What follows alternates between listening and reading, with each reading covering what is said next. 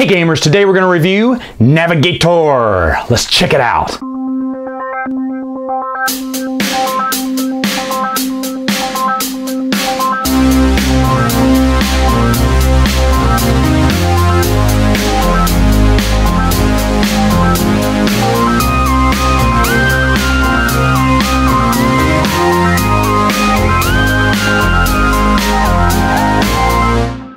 To set up for the game, you're going to put all your little building resources over here. You're going to put all these little colony tokens, and the board will tell you how many go in each spot. Sometimes it's 2, sometimes it's 3, sometimes here like it's 1. So you'll mix them up, shuffle them up, and put them across the board.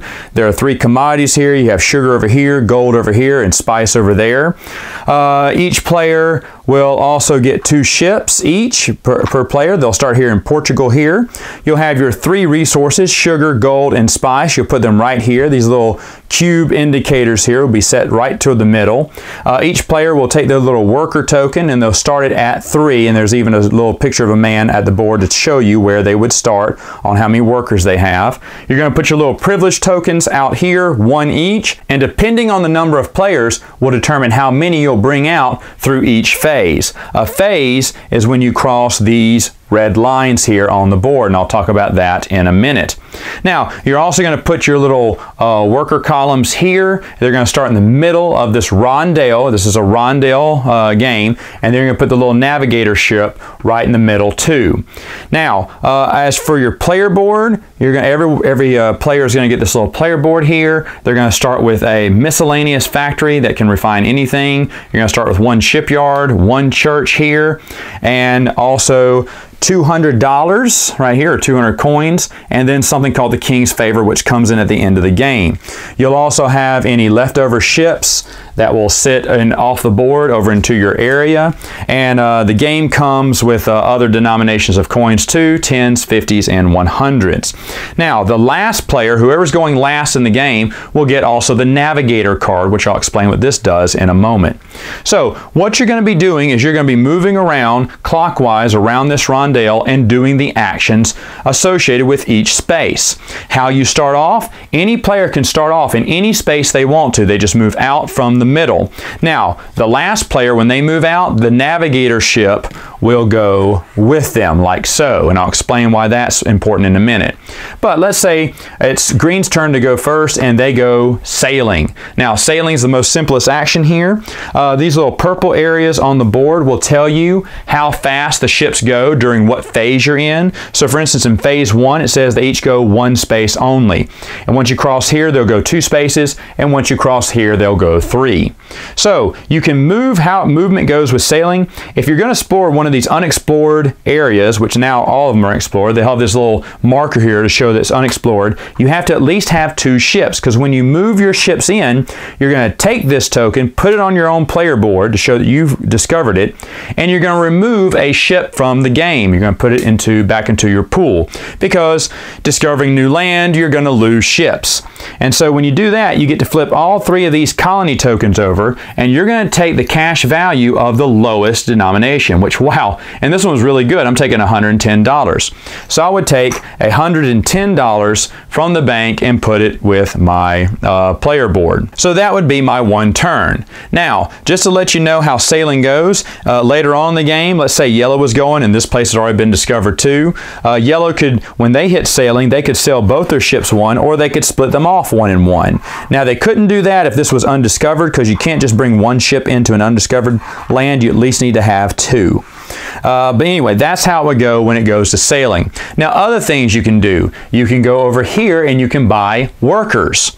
You'll need workers for various reasons, to get colonies, to buy buildings, to get privileges and stuff. So whenever you buy a worker, again, you look on these little player boards here, depending on what phase you are, determines the price of the worker. They start off in this area at 100, and then once any player crosses this area, all the prices go up on workers and ships. So now it goes up to 200 here, and once the first player to cross this, now across the board, everything costs 300, ships and workers do. So depending on the cost is how much you're going to pay per worker. And you can buy as many workers as you want as long as you have the money. Now, for each little church you have, though, this little gray thing here, you get a discount. You get to buy 1 worker for $50. Now, if I had 2 churches there, I could buy 2 workers for $100, and then after that, any additional worker, in this case, would cost me an extra $100. But how many churches you have on your board give you discounts on the, and it doesn't matter what phase you're in, I will always be able to buy 1 worker at $50. That's why you want churches. Now, moving around the board, well, if someone pick ships, well, the same thing. Ships are worth 100 in the first phase, 200 when someone gets to the second phase, and 300 when a player reaches the third phase, unless you have a little shipyard. And as you see, you start with one. And so that means the first ship is only $50. After that, you would pay the regular price for any ship. And of course, the more shipyards that you have on your player board, the cheaper the ships you can get at that discount. All right, so let's look at buildings here. Now, I told you buildings determine, you can buy as many buildings as you have workers. So for instance, the game has us start off with 3 workers each. So we couldn't buy a church because that requires 5. A shipyard requires 4. So we could buy one of these 2 spaces. So you would, one of these 3 refineries here. So you could buy one. Now, as you see, you also had to pay the cost listed above. So the more that are being sold, the higher the price will be because it inflates the price. But the first person buys any one of those refineries would get one, they'd pay their $50, and they'd put it over here on their little refinery board. Now, I'll talk about what the purpose is of those in a minute, but let's say that the green player actually had 6 people. Well, he could actually buy any one of these or 2 of these since he has 3 and 3. So having more people will give you more options or allow you to buy more buildings if you need so. So that's another reason you want to have workers. Now, another thing you can get on the board is colony. If you were in an area where there are open colonies, like yellow couldn't buy a colony because they're not near an area where colonies are there, but this green player could. And what they could do, they could purchase that colony for whatever the back price is, which obviously you're going to want to go with the lowest number. Now, these numbers range all different tiles. Like some of these, let's look at some of these here, but they're even cheaper. Yeah, some of these are even $50. That's a great colony to have. Unfortunately, I didn't go there. I went over here. So you'd probably buy the cheapest colony, but it has to be for an area that has already been explored and that you have a ship there. In fact, it'll even tell you right here on the board, you need 2 workers and 1 ship to buy a colony.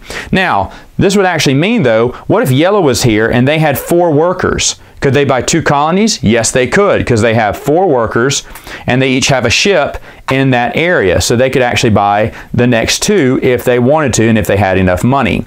So that's how it goes buying colonies. So let's say they bought a few colonies here. Now, the reason I'm doing all this is because, as you see, 2 of the options on the rondelle are market options. And this is how you're going to generate your money. And what you're going to do, and let's say this guy has one of these 2, and maybe they have an extra refinery here. All right, so what you're going to be doing, this is where you're going to be buying and selling things on the market. You're going to be selling goods, and then you're going to be refining them using your refineries here. So for instance, let's say I was going to sell 2 gold to the market. Well, gold right now is worth $50, so I'd make $100. But because I sold 2, I'd have to drive down the value of gold because I'm selling more of it on the market. For sugar, I'd sell this one as well, and so I'd take my $40 and move sugar down 1. Now, because I did that, because I sold those raw materials, I'm not allowed to refine those same materials on my same turn. On my next turn, instead of selling it, I may want to refine it, and you can get the refinery prices right here on the orange grid. So as you can see, the more goods that flood the market, the higher the profit it is to refine those goods. So maybe on one player's turn, and by the way, remember, this is a miscellaneous one. This can represent any. I can refine any of the 3 types here. So let's say another player's turn, he had 2 gold, refineries, the miscellaneous one and the actual gold refinery. Well, because I put so much gold in the market, I lifted it from $40 to $50 now. And so now he's going to make tons of money off that, but when he refines something, it drives the price back up.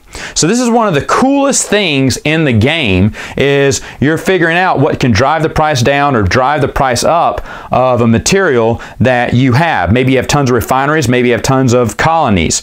But if someone has all the gold and they keep selling all the gold and driving the price down, it's okay. Another player may have all the gold refineries and they'll be making bank out of that. So you want to have a good balance of colonies and refineries of just any other players. You know, you don't have to have the same. I don't have to control all the gold refineries and the gold colonies. I can get a little mix of it, and that way, as the market fluctuates, I'll know what to buy and refine at those times. Again, market's really cool. That's how you're going to get extra money there.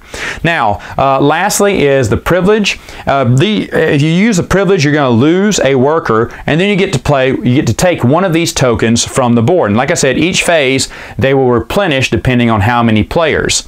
And so let's say I took this one, I would take it, flip it over, and cover whichever one of these coins it would go under. So it would go under this one, and I'd grab that many coins. So in this case, it'd be 30 coins. I grab 30 coins on the bank and cover it like that.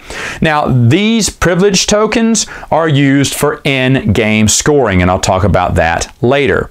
So what you're doing is you're just moving around the rondelle, buying buildings, buying ships, buying workers, going sailing, and I forgot to mention, what about this Navigator card? Remember the last player? Let's say it was yellow and yellow was here. The first time they move on the board, they put the Navigator marker, the orange ship goes right there. Now, what the Navigator card does, that yellow player can cash this in and get a free sailing action at no cost. So maybe I want to use my Navigator token and then move to colony and go right in and buy one. So it basically gives you two actions almost, except this is just a sailing action. Now, yellow doesn't have to use that. He can just hold on to it, but if he gets here or goes past there again, he has to give it up. So it's use it or lose it. So this is basically a timer to see how long yellow can keep it before losing that privilege. When he loses it, it goes to the next player's turn, and so on and so forth. So let's say it would go to green. It would once yellow took advantage of it, it automatically go to green right here, and green would have until he reaches that spot on the rondelle to either use it or pass it to the next player. So it's just a little extra sailing action you can have, and the last player at the start of the game will start with this token. So what you're going to do is you're going to keep playing through there, and the game will end in two ways. One way, if all the buildings are sold out, or if the last person discovers this last bit of land right there at the end. After that, the game ends, and then you count out all your points. And the little instructions here, the rule book, is very easy to tell you how to score your points. If you see here, each colony, these things, they're worth 4 victory points. Each factory, these little houses here, are worth 2 victory points, any type you have. And then it says for every explorer, you have 5 victory points, which as you see are these little tokens here, so you get one when you explore new land. For every shipyard is worth 7 points, and every church is worth 5 victory points. So you would add up all your shipyard and churches. But then here comes the cool thing about it, is you're going to multiply it by whatever number you see here. So for instance, with colonies, they're worth 4 victory points each. So I have 12 points. So I'm going to do 12 times 2, because I have 2 tokens here. Like I said, those privileges will come in at the end of the game. So that would, and you would use your column at the end to, move it around the board to collect your score. So I'd actually make 12 times 2 would be 24. So I'd put mine there for that. So that's how it would kind of work there. Now, there is something here called the King's Favor. You're going to use this at the end. You flip it over, and it will count for either 2 or 1, depending on where you put it. It counts for 2 if you put it over on one of these. It counts for 1 if you put it on one of these 3. So I could have put it here, and then I could have made, instead of 24 points, I could have made 36 points. And everyone will place their King's Favor where they think it will benefit them the most. Now, from that way, of course, the person with the most points will win the game. But there are a little too many expansions I want to talk about here. One is privilege cards. So next, when the player wants to go in here and go to privilege, and maybe they don't want any of these tokens here, or for whatever reason there's none available during that round, they can take one of these privilege cards instead. And with these privilege cards, these are a 1 use only, then it goes back into the pile, and they represent different things. So for instance, this one gives you a discount on buildings or shipyards, churches, shipyards, or refineries, depending on what phase you're on. Phase 1, it gives you a $50 discount, 100 and 150, for each phase. And once you use it, you put it back into the stack. This one is one temporary worker. So maybe you need that extra worker to, get another, get something, better on this thing, or you want to cash it in and use it for whatever. There's several different reasons you need an extra worker. This one lets your ships sail faster. So in phase 1, your ships can sail 3 instead of 1.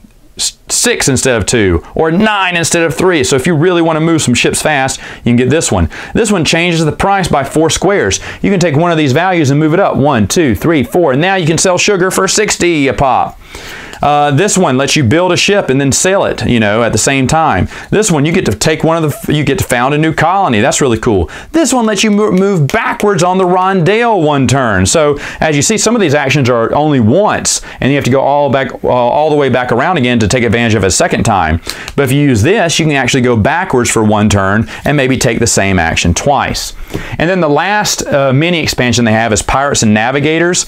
They're basically these 3 pirates and 3 diplomats. I'm sorry, pilot and diplomat cards, and they do different things. When you grab one, when you get hit privilege, instead of choosing one of these or one of these, you can also choose one of these. And what these will give you, you'll hold it up, unactivated, and then you flip it over if you want to activate it. For a pirate, it says when on the market, sell in addition from any untaken colonies where you have ships in the area. So for instance, maybe yellow or green has 2 colonies already, but they also have a ship here by an unfounded colony. Well, they can use that and say, okay, I'm selling 3 gold this turn because I'm a pirate and I'm robbing this, unfounded colony. So you can cash that in and make more money in the market phase. Or maybe you want the diplomat.